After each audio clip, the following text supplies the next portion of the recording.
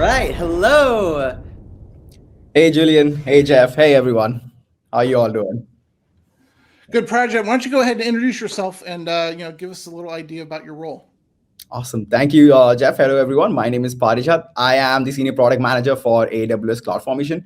Really excited to be here to talk about all the amazing products and features that we're building for our tool and just talk about CloudFormation in general. All right. Well, so let's just like we did for CloudWatch. Let's hit the brakes for a second, and in case our viewers don't know what CloudFormation is, can you give us a brief overview? Jillian kind of she kind of started it with infrastructure as code, but let's hear it from you. Oh no, absolutely, Jeff. I actually invited a lot of my friends to watch the show today. So they have never used cloud. So they would also be excited to learn about, hey, what is CloudFormation? What do you do on a daily basis, right? So CloudFormation, primarily, right, is the traditional IAC or infrastructure as a code tool that AWS provides. It's one of the most classical tools that are available. But when you think about infrastructure code, you might ask yourself, what do you mean by that, right? So the typical application developer building something for on the cloud, right? You have a lot of these resources that you have to use. You're maybe perhaps using servers, right? You have like databases that you're using, right? You have a VPC network, a subnet. To orchestrate all of those like infrastructure, you can do it really going on the console and like switching on every resource one at a time, right? Making sure your dependencies are right there, or you can do it programmatically using our product. So what CloudFormation does is it provides customers a declarative way of defining that infrastructure that's in your mind, right? Through our JSON and YAML templating language. And what we do as a product is that we will provision all of those resources in the right kind of dependencies that you want, right? For that account and for that region. So that's what CloudFormation does as a base product. We create a stack out of that template, and that stack comprises all of these resources that you wanted. And then we take it above and beyond, right? So we have something called stack sets. And what that does is it takes a simple stack, right? And has like if you have a homogeneous stack, like you are trying to do some management stuff, some governance, some security, and you have that infrastructure and you want to replicate it across all of your accounts, your regions, your AWS organization, all the accounts in an OU. So you can do that using stack sets within CloudFormation. So CloudFormation is that tool that helps you define that infrastructure for your within AWS. And obviously, even today, we are of course supporting a lot of non-AWS resources through our public registry. So a lot of exciting things.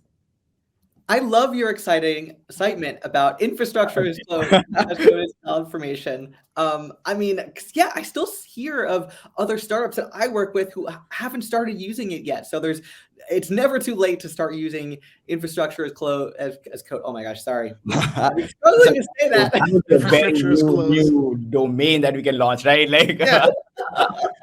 Project, it hits home with me because I was the guy, both physically racking servers and installing the OS and handing them off, doing a checklist, handing them off to the application team. And then as I was administrating virtual environments, I was the guy going file new VM, which image, and doing that all manually. And then when you first realize what infrastructure as code can do, and you just commit something and it's all built, you can commit it and just build it 50 times and it's exactly the same. It's a game changer. And for someone like me who's not a developer at heart, I kind of say that infrastructure as code is kind of like that gateway into coding. Yeah. Because yeah. it's not like object-oriented. I mean, it sort of kind of is object-oriented, but it's not like Python or anything. But you get to learn repositories. You get to learn, and it's generally, scripting versus hardcore programming. So that's why I enjoyed it and took to it very well. Oh yeah, and at the heart of it, Jeff, like we have a lot of enterprises, right, where there are like working professionals building these templates on a daily basis. So I think within the relevance of whether declarative language, it is one of the foundational programming primitive, right? So you have imperative, you have declarative, and so yeah, like if somebody wants to get into coding, it is a very simple format to start with, especially if you want to get into cloud, because it does, like when you start thinking about your application, your infrastructure, CloudFormation becomes that very simple way to think about it, right? If I have these three things that I want to provision in like XYZ manner, how do I do that? And what will be the easiest way? So no, thank you for that like lovely note, Jeff. Yeah, great. Yeah, really good cause. And I love that a lot of people who come here to AWS On Air, they're learning AWS, they're studying for their certifications. And what I love about this feature that you are going to share with us is that can kind of help you keep up to date with everything that's going on within CloudFormation. So tell us more about Spotlight. Oh no, that's kind of the intent, Julian. Do I share my screen or just like start talking about Spotlight? That'd Uh, be great. Yeah. all right, Whatever you want to do. let me try to share my screen. But long story short, like what we really wanted to do, right? Our customers have been for the longest time been telling us that, hey, you guys are creating a lot of content, right? We have AWS blog, we have what's news, we even have these podcast shows that talk a lot about how our features are coming, how do you really use our products, so on and so forth, right? So what we really wanted to do was provide that one-stop stop for our customers to get all relevant articles about CloudFormation from the official channels. So before I go about my demo, Julian, can you guys see my screen, Jeff, Julian? Yep, Yep. it's up. Mhm. Amazing. So what I did just now was I was at the AWS Management Console in my homepage, and I had CloudFormation because I love my product, right? So we just get to CloudFormation app from from the homepage, and when you click on it, it takes you to is the product itself, right? You can directly come to from the product page and whatnot. But what I really wanted to show you guys today is this new button that we have on the bottom left, which is called Spotlight. And what CloudFormation Spotlight really does, it collects all of the exciting information, latest news, podcasts, blogs around CloudFormation, and brings it to your completely at a console, at a fingertip, right? And it is not just a place where we just collected all the data and just dumped it. We wanted to give you guys the experience of like reading a newspaper. So when you open CloudFormation Spotlight, the first thing that shows up is this editor's choice, right? So you have like this list of amazing articles that we believe as CloudFormation team that you should definitely have a look on. But more so, this is a space that we periodically change, right? Like there are new features, there are new exciting stuff, things that we want to bring at the highlight. So whenever you log in, first thing you see is within the Spotlight, you see this editor choice. And these articles that you see, like for example, like AWS CloudFormation workshop, all you have to do is like click on this, and it takes you to the workshop shop page. Quick marketing flex here. If you have never used our product, this is a great place to start. Not only you get to learn how to use CloudFormation as a basic first-time user, but even if you're an advanced user who has been using our product for almost a decade, we have really good like lessons around this. But going back to the show again, you have the editor's choice, and if you take out of it, what we really have is a bunch of these tags, right? And what we wanted to do is, as a new time customer or new time user, you are having some difficulty on getting started, and you want to know what are the really good contents I want to read about your product. So you can just go to the getting started tab, and in there you have like the workshop. We also have certain guides. There's something called the knowledge center, which is you have a bunch of questions around CloudFormation. You're not able to find it. Hey, there are resolutions that we have written before, right? And maybe you can find these questions here. And not just stick yourself to the getting started piece. We have something called Feature Spotlight, where we have these amazing open source products such as CloudFormation Guard, as well as the CloudFormation Linter tool. And again, these, at the end of the day, since these are again available across so many channels, we wanted to have customers a curated way to gather the right information about our product, right? Let it be one of these open source features that we have, or even these open source public discussions that we're having. So discussions around how to improve CloudFormation language, something I'm deeply passionate about. And also like, hey, what about resources? What are some of the new resources that you're planning to add to your product, right? And what about coverage? And finally, the podcast.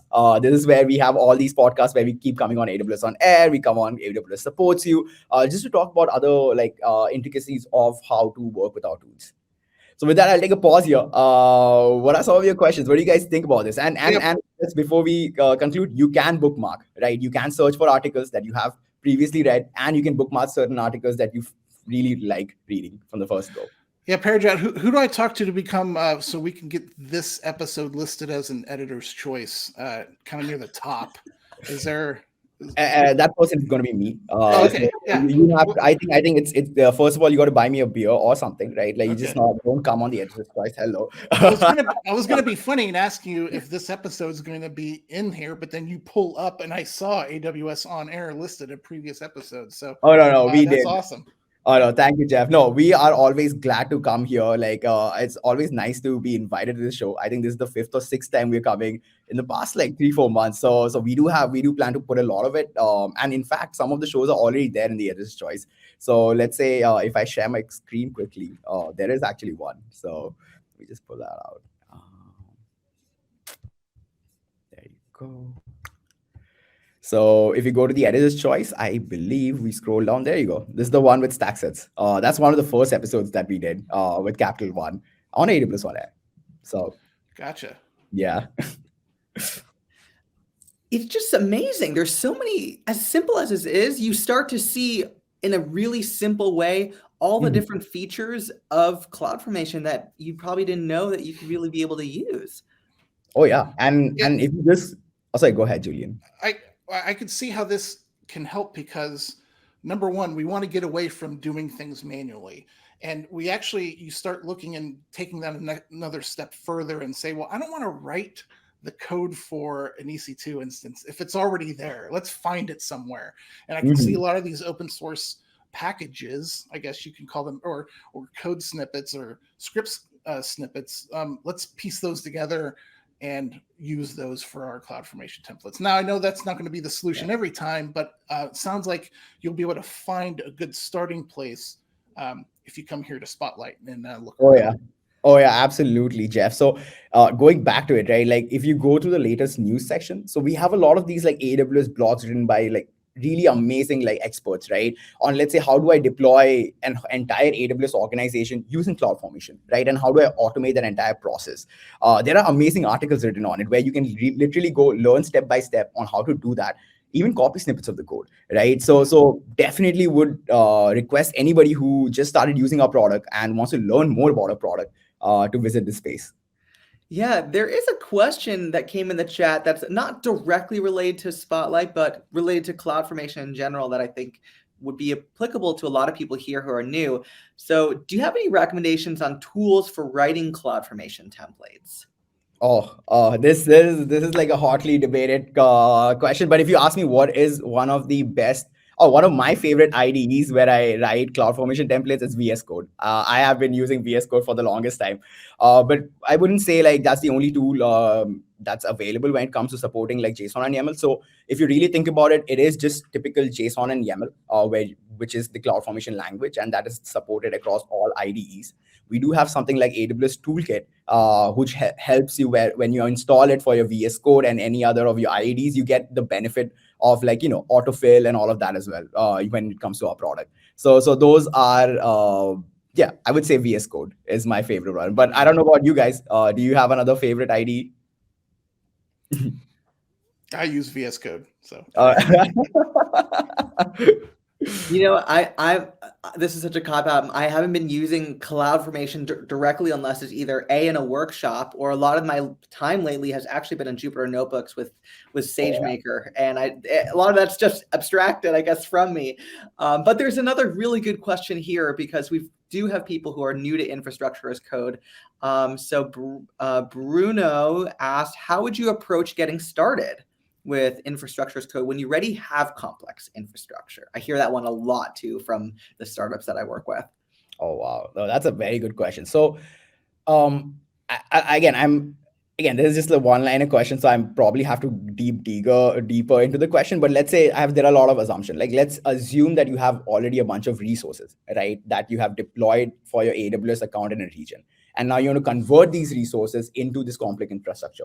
So one of the best things that you can do is that you can import all of your resources into an existing stack, right? And that could be a very simple way to deploy or migrate all of your existing already complex infrastructure into CloudFormation.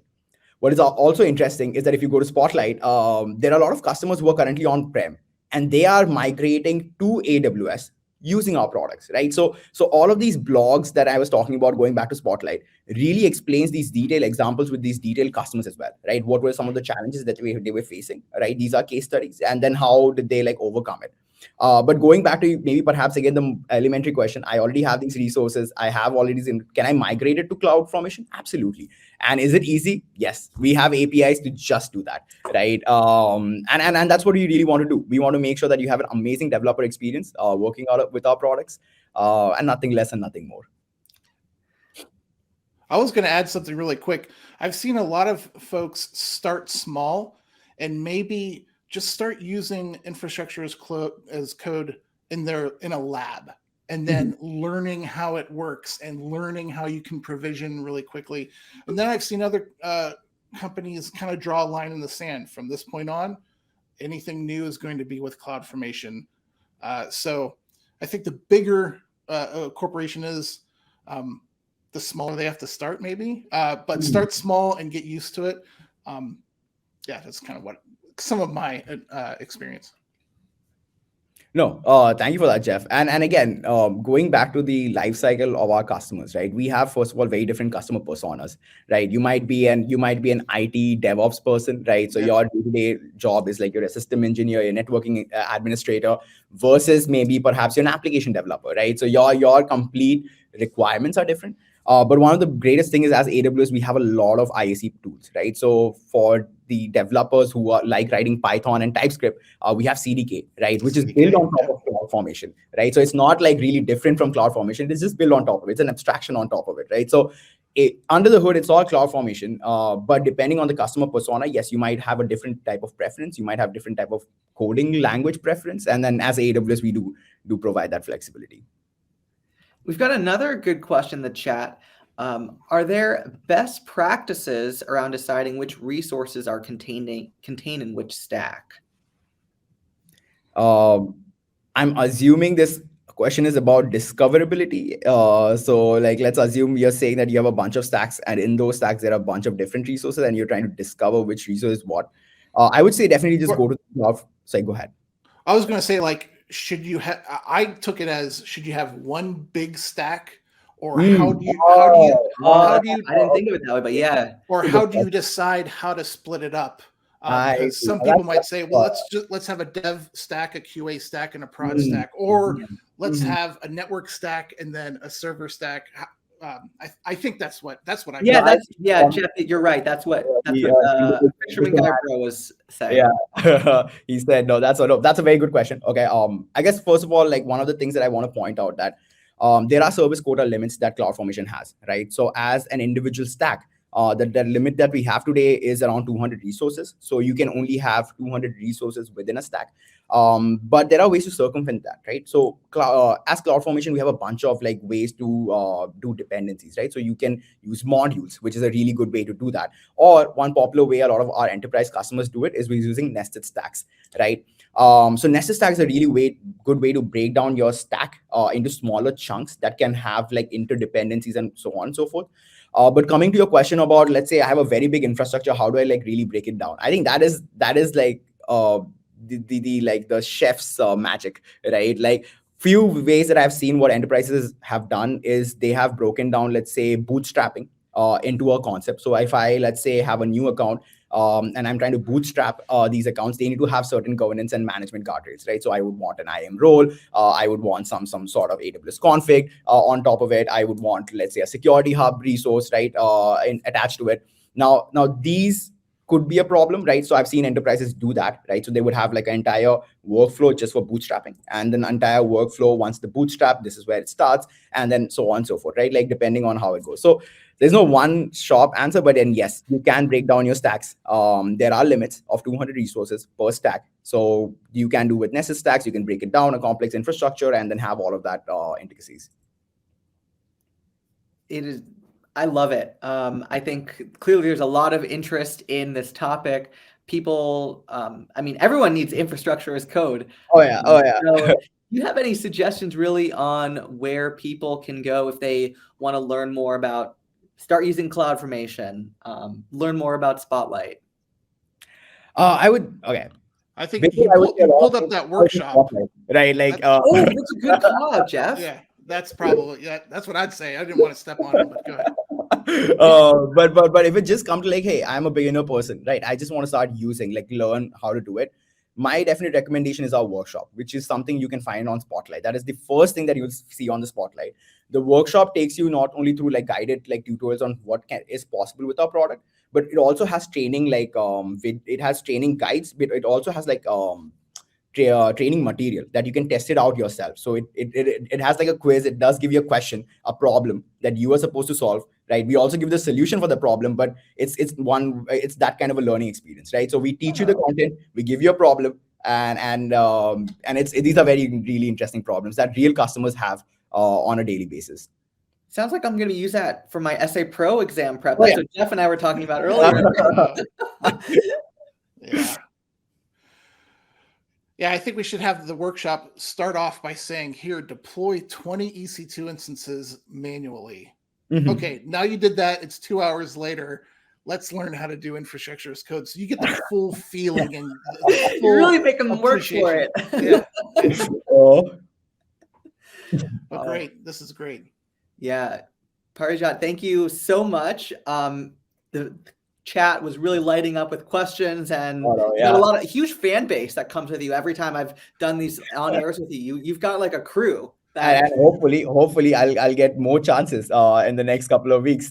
We have a lot of launches, so be on a lookout. We do have a very filled roadmap for this year, and and thank you for the lovely comments. Thank you, always appreciate it. So awesome. Well, yeah, definitely excited to see the launch announcements. Thank you so much. I'm really excited to see them. Yep, you've got fan club.